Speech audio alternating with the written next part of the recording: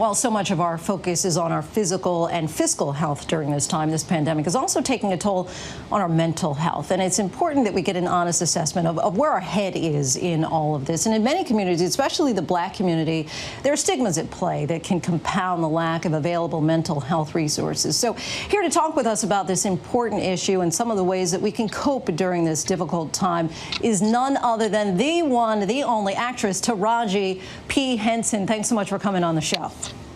Hi, thanks for having me. So, Taraji, your foundation, the Boris Lawrence Henson Foundation, is offering virtual therapy sessions and raising awareness about the importance and need for mental health services right now. Tell us about this initiative and what inspired you to do it.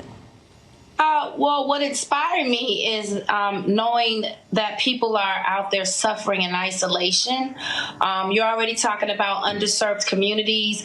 These people, a lot of them have come from traumatic situations, are living in traumatic situations, and now you're talking about quarantining. This is trauma on top of trauma. And, you know, economically, mental health is probably the last thing that's on their list of things to take care of. And also resources. Where do they go? And so because I'm blessed, my father always told me to be a blessing. And so I started this foundation because of the stigma around mental health in the African American community. And I think now is the time, because all we have right now is time on our hands, is to try it if you have reservations, because you're in the comforts of your own home. You don't have to worry about feeling embarrassed or being looked down upon because you're stepping into an office where there are therapists there. So I think it's a good time for people to try it. We're asking for donations to please help. If you text no stigma to 707070, just follow the instructions, or you can follow us on our website, BorisLHensonFoundation.org. And of course, according to the latest data, Black people in New York City, for example, are twice as likely to die from the virus as white people. So, of course, that can trigger concerns of isolation, fear, people coping with loss. Are people raising their hands and coming forward to get help? And how is this all manifesting itself mentally? It has been overwhelming, the response. We have hundreds of new therapists that have signed up, and our site actually crashed. We had to recalibrate for 30 minutes because of the overwhelming response. I mean, I have been floating this organization literally on my own, and I'm really asking for anybody. I mean, I have 15 million followers. If everyone gave $1, we are saving lives. Like, this is very, very important, especially in these times, because even once this is over, is said and done, all of us will be traumatized by this. We will. Right. None of us will ever be the same. But I have the luxury of picking up the phone and calling my therapist and not thinking about it. And we're talking about a community that's underserved that will not. And so I'm hoping that my voice and putting a face to it will help. And you talked about the stigma a bit, but in African-American culture, there seems to be this tradition of kind of keeping your promise to yourself, fighting through it, being tough, not putting your business out on Front Street. Yeah. So what do you think it is about the Black experience in America that makes this idea of therapy such a unique challenge? Well, I mean, you're talking about an idea that has been passed down for generations.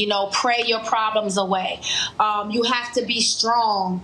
You can't be vulnerable because that's a sign of weakness. If we just shift that thinking and normalize this stigma, I think it will help. I think that's certainly why I put a name and a face to it. I definitely stepped up and shared my personal experiences with, depression and anxiety, hoping to show that it's okay to be vulnerable. It is okay for us to be vulnerable. I don't want to be strong all the time. I can't. It's physically and mentally impossible in today's world. And what would you say to somebody who, outside of that, what kind of advice would you say about the process itself and how it can be especially beneficial at this time? I think it's about finding the right therapist, someone who understands your background, where you come from. I think once you find the person that you click with, it's like finding a friend. And I think once you do that, I think you're off to a good start. It took me years to find a therapist that I felt comfortable with, or that got me, or was able to reach me in some way, or give me the proper tools to handle my roadblocks, and it's not going to be easy, but you have to be willing to put that kind of work in to love yourself. one thing I would like to see more men apply. Out of all the applicants right now, we have 71% are women and only 6% men. And I'm just pushing for more men to just please allow yourselves to be vulnerable. And before we let you go, of course, the season finale of Empire is tonight, but you're not even sure exactly how it's going to end, right? Because you guys still had one more episode to shoot and then COVID canceled that? Yes, we had an episode and a half to go, and then we were shut down in the middle of the day of production, understandably so. Right. But I feel like we deserve to, the audience who has been so loyal to us over these 6 seasons, they deserve a proper ending. So I'm pushing for us to give you that ending eventually one day when all this is passed. But right now, I will be finding out how the season finale, I will be finding out the information the same time you guys will. So I know nothing. And you have salon quarantine over there. I mean, can't help but notice you got the hair done, nails done, everything did. Is that part of your routine, part of how you've been taking care of yourself? Yes, taking care of myself, because it's a mental thing. You know, Yeah. if I lay in the muck and wallow in that all day, then I'll be dark. But if I get up and dress and take care of myself, then it shifts the paradigm and it shifts your thinking, you know?